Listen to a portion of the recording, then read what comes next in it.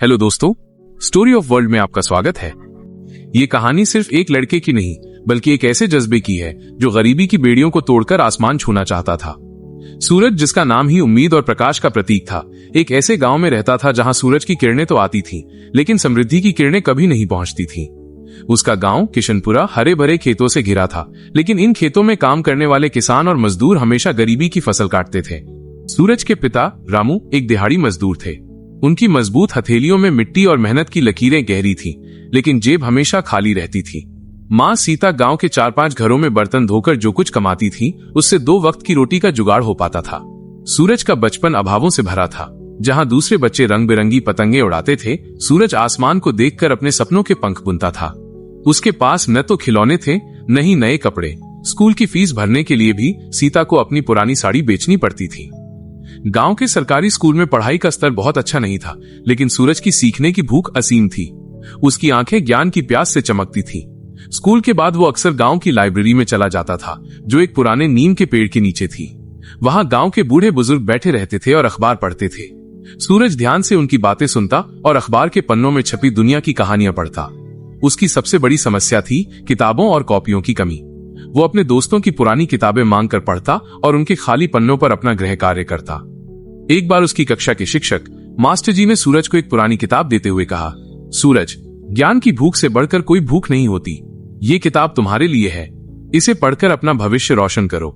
सूरज की आंखों में आंसू आ गए। वो जानता था कि ये सिर्फ एक किताब नहीं बल्कि मास्टर जी का विश्वास था। 10वीं कक्षा में गांव के स्कूल में पहली बार विज्ञान प्रदर्शनी का आयोजन हुआ। सभी बच्चों को एक मॉडल बनाना था। सूरज को पता था कि उसके पास मॉडल बनाने के लिए पैसे नहीं है। उसके साथी महंगे महंगे खिलौने और किट खरीदकर मॉडल बना रहे थे। सूरज निराश हो गया, लेकिन तभी उसे याद आया उसके पिता का कहा हुआ एक वाक्य, बेटा, अगर मन में कुछ करने की ठान लो तो रास्ते खुद ब खुद बन जाते हैं। उसने अपने घर के चारों ओर देखा। टूटे फूटे खिलौने, पुरानी बैटरी, साइकिल के बेकार पड़े टायर और कुछ लकड़ी के टुकड़े। इन सबको देखकर उसके दिमाग में एक विचार आया। उसने अपनी पुरानी टूटी हुई साइकिल के पहिए, एक खराब मोटर और कुछ लकड़ी के टुकड़ों को इकट्ठा किया।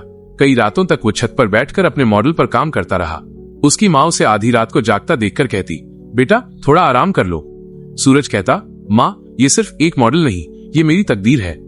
आखिरकार उसने एक पवन ऊर्जा से चलने वाले छोटे से जनरेटर का मॉडल बना डाला। उसने एक छोटे बल्ब को जोड़कर दिखाया कि कैसे हवा से बिजली बनाई जा सकती है। जब प्रदर्शनी का दिन आया तो सभी बच्चों के मॉडल शानदार थे, लेकिन सूरज का मॉडल सबसे अलग था। जब उसने समझाया कि ये कैसे काम करता है तो सभी दर्शक हैरान रह गए। प्रदर्शनी में शहर के एक बड़े इंजीनियर श्री शर्मा आए हुए थे। वे सूरज के मॉडल और उसकी प्रस्तुति से बहुत प्रभावित हुए। उन्होंने सूरज को अपने पास बुलाया और पूछा, ये सब तुमने खुद बनाया? सूरज ने हाँ में जवाब दिया। श्री शर्मा ने कहा, तुम्हारे अंदर बहुत प्रतिभा है, क्या तुम शहर आकर पढ़ना चाहोगे? मैं तुम्हारी पढ़ाई का सारा खर्च उठाऊंगा। ये सूरज के जीवन का टर्निंग पॉइंट था। उसकी माँ खुशी से रो पड़ी। पिता ने सूरज के सिर पर हाथ रखकर कहा, तूने हमारा सर गर्व से ऊंचा कर दिया बेटा। शहर में सूरज के लिए सब कुछ नया था। बड़ी बड़ी इमारतें, तेज रफ्तार गाड़ियां और अंग्रेजी बोलने वाले लोग। उसे शुरुआत में बहुत मुश्किल हुई। उसके कपड़े पुराने थे, उसकी भाषा थोड़ी कमजोर थी। शहर के बच्चे उसका मजाक उड़ाते थे, देखो, गांव का लड़का आ गया। लेकिन सूरज ने इन बातों पर ध्यान नहीं दिया। उसका लक्ष्य साफ था। श्री शर्मा ने उसे एक अच्छे स्कूल में दाखिला दिलवाया। सूरज ने जी जान लगाकर पढ़ाई की।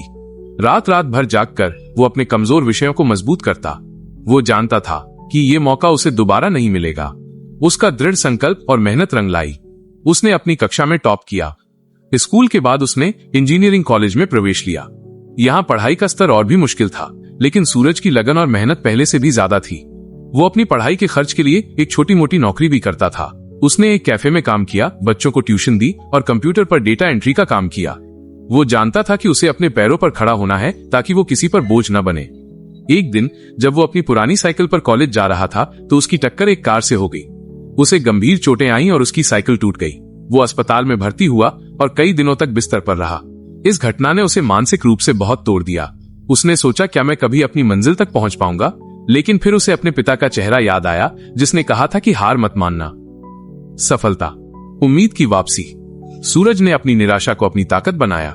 उसने दोगुनी मेहनत से पढ़ाई शुरू की। कॉलेज के अंतिम वर्ष में उसने एक ऐसा प्रोजेक्ट बनाया जिसने सभी को चौंका दिया।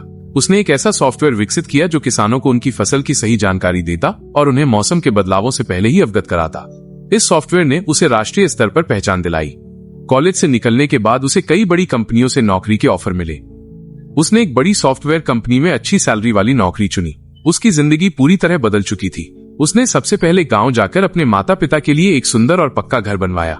उसने गांव में एक सोलर पावर प्रोजेक्ट भी शुरू करवाया ताकि गांव के हर घर में बिजली पहुंच सके। सूरज ने गांव में एक लाइब्रेरी और एक कंप्यूटर सेंटर भी खोला। वो खुद गांव के बच्चों को पढ़ाता था और उन्हें बताता था कि कैसे एक छोटा सा सपना भी हकीकत बन सकता है। उसका संघर्ष सिर्फ उसकी व्यक्तिगत सफलता की कहानी नहीं थी, बल्कि ये गांव के हर उस बच्चे के लिए एक प्रेरणा बन गई थी जो गरीबी के कारण अपने सपनों को भूल जाता था। सूरज ने साबित कर दिया कि गरीबी एक मजबूरी हो सकती है, लेकिन वो किसी की हिम्मत और लगन को नहीं तोड़ सकती। सूरज का संघर्ष हमें सिखाता है कि जीवन में कितनी भी मुश्किलें क्यों न आए, अगर हम मेहनत और लगन से काम करें तो हम हर चुनौती को पार करके सफलता की नई ऊंचाइयों को छू सकते हैं।